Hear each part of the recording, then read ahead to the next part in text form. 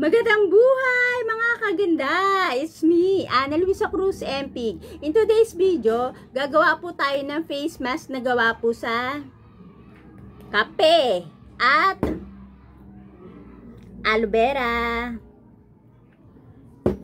So, bago po tayo mag-prepare, kinakailangan maghugas po muna tayo ng mukha.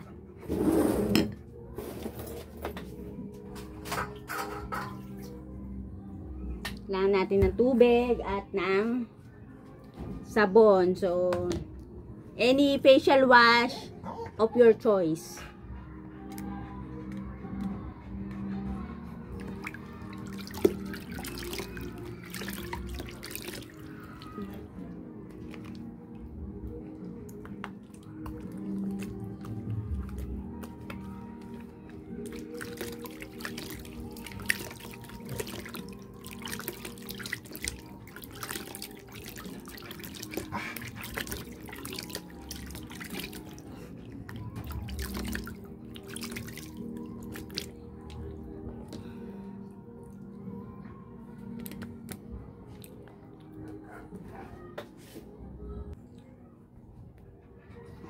Unas.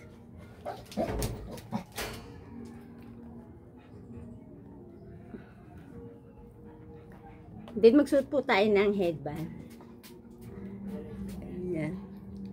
Kailangan po wala pong mga ano dito, mga bangs o yung mga maliliit na mga buhok na makakasagabal po sa ating mukha. Ano? And now po, gagawa na po tayo ng ating mixture.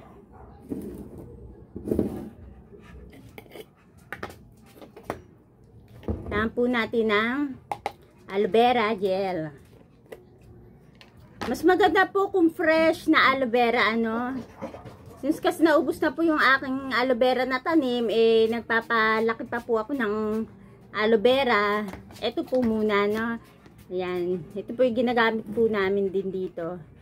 Kailangan po natin ng 2 tablespoon na aloe vera.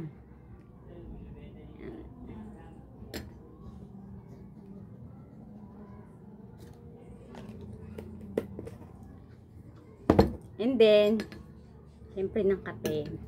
Patayin na kutsarang bago. Kape. Yan, 1 tablespoon.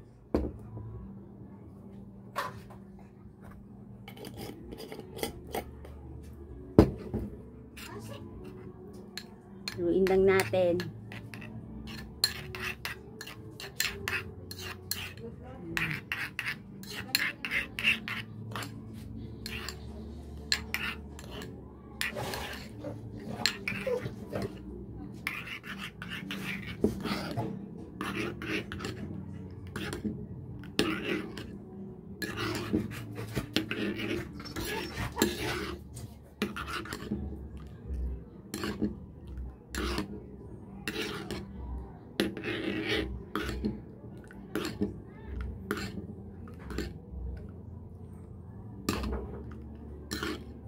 Ayan.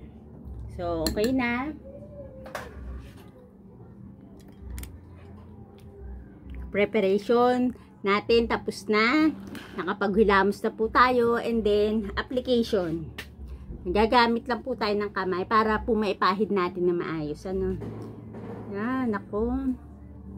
Yan o. Ang bango.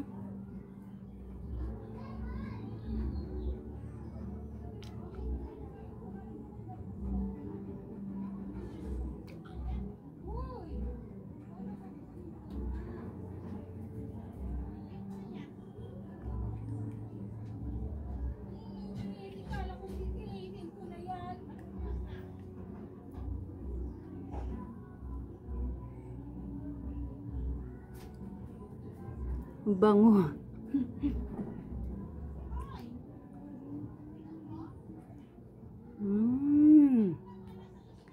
Oh, di ba? Ang bilis lang, oh. Etong mga natira na to, pwede pa to sa katawan, no? Ipahid nyo sa katawan nyo.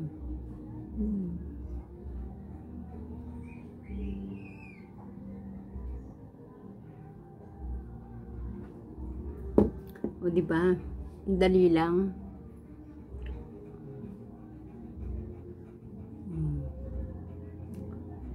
Nanunuot agad yung lamig ng aloe vera sa mukha ko.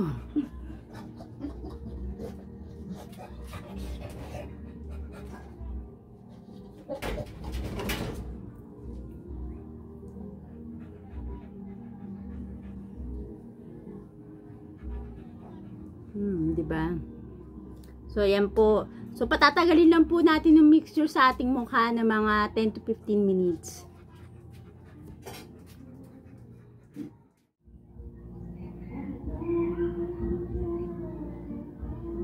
Yes! I'm back! Mga kaganda! Ayan, tuyo na. Tuyo na yung mixture sa mukha natin. O, diba? Mukha na tayong kape. Ang bango! Diba? Sarap. Amoy-amoyin ng aking mukha. Yung mga coffee lover dyan, alam ko na magugustuhan nyo to kasi nga, amoy kape. Diba? Parang gusto nyo na rin uminom ng kape. Okay, at yan dahil tuyo na yung ating mixture sa mukha, so maghuhugas na po tayo ng ating face. Pwede pong tap water or much better lukewarm, di ba? Yung medyo mainit-init na tubig, no? Para talagang manuot yung ating mixture sa mukha. So kailangan lang ulit natin tubig at saka yung inyong choice na soap or facial wash.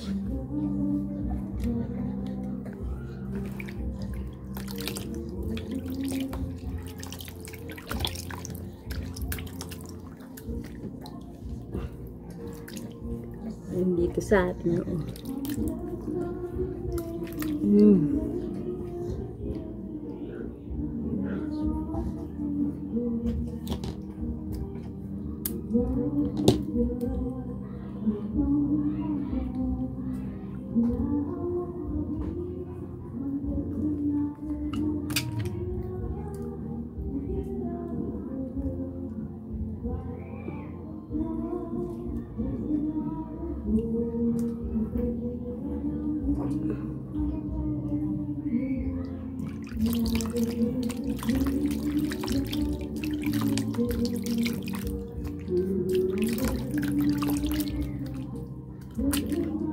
Palit muna akong tubig, ha?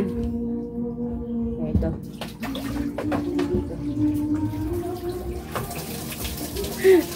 Hindi tayo kasi nga tap water.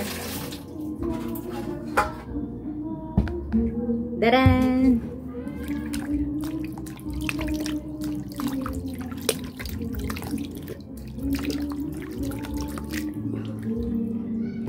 O, diba? Kita nyo naman. So, ayan. Tapos na tayo. And then, punas naman ang mukha.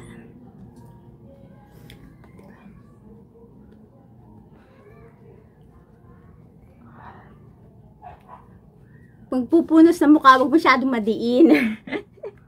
Kasi medyo open pa yung mga pores natin, di ba? Yun. Hindi mamagasgas. Ayan. Ayan na. Kitang-kita nyo naman. Oh. So, after wash, ayan ang face. Oh. Mamula-mula na ang face natin. Dahil alam nyo ba na ang aloe vera, di ba? Ano yan? May antioxidants, di ba? Para yung ating face ay lumambot at saka yung mga chemicals, mga radicals niya, di ba? Matanggal. And ang coffee naman, yung caffeine niya, yan yung makakatulong sa ating skin or balat para pantanggal ng mga blemish, yan yung mga pigmentation, may mga scar marks, ayan. So naglalighten yung ating mga scar marks dahil sa caffeine ng ingredients ng coffee. O, diba? So ayan. Etong face mask na to is very effective po. Isipin nyo naman, diba? Napakamura pa. Very natural. Walang halong chemical. Ayan. Sa akin, 100% effective po. At kung nagustuhan nyo po ang video na ito, huwag nyo pong kakalimutan mag-like. At subscribe na rin po ang aking channel, Ana Luisa Cruz MP. At para ma-update naman po kayo sa mga susunod ko pa pong mga skincare routine and DIY na pampaganda, palembagin nyo na po ang notification bell. Maraming salamat po. Bye!